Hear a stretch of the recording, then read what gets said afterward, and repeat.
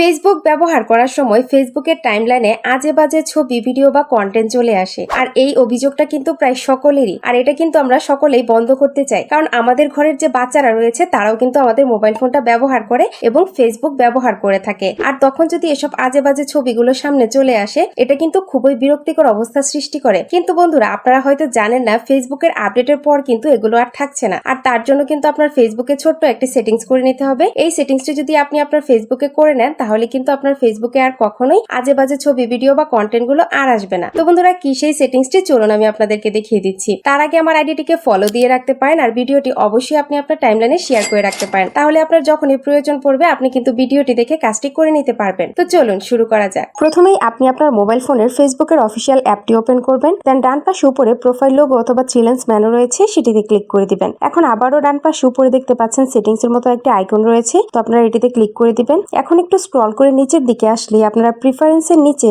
Content preference নামে একটি option পেয়ে যাবেন। এই অপশনটিতে ক্লিক করে দিবেন। এখন একদম নিচ থেকে ম্যানেজ ডিফল্ট নামে যে অপশনটি রয়েছে, এই অপশনটিতে ক্লিক করে দিবেন। তো এখানে তিনটি অপশন রয়েছে, আপনারা নিচ থেকে সেনসিটিভ কন্টেন্ট নামে যে অপশনটি রয়েছে, এই অপশনটিতে ক্লিক করে দিবেন। তো আপনাদের এখানে কিন্তু ডিফল্ট সিলেক্ট করা আছে, তো যার কারণে কিন্তু আপনার মোবাইলে আজে বাজে কন্টেন্ট গুলো চলে আসে। তো আপনারা কি করবেন, নিচ থেকে শোলেস নামে যে অপশনটি রয়েছে, এই অপশনটি এখান থেকে সিলেক্ট করে দিবেন। দেন নিচ থেকে সেভে ক্লিক করে দিবেন। দেন আপনারা ওকেতে ক্লিক করে দিবেন। তো বন্ধুরা, এই সেটিংসটি যদি আপনি আপনার ফেসবুকে করে দিতে পারেন, তাহলে কিন্তু আপনার মোবাইলে আর আজে বাজে কন্টেন্ট গুলো আসবে না এবং আপনাকে আর বিরক্তিকর অবস্থায় ফেলবে না। That's it.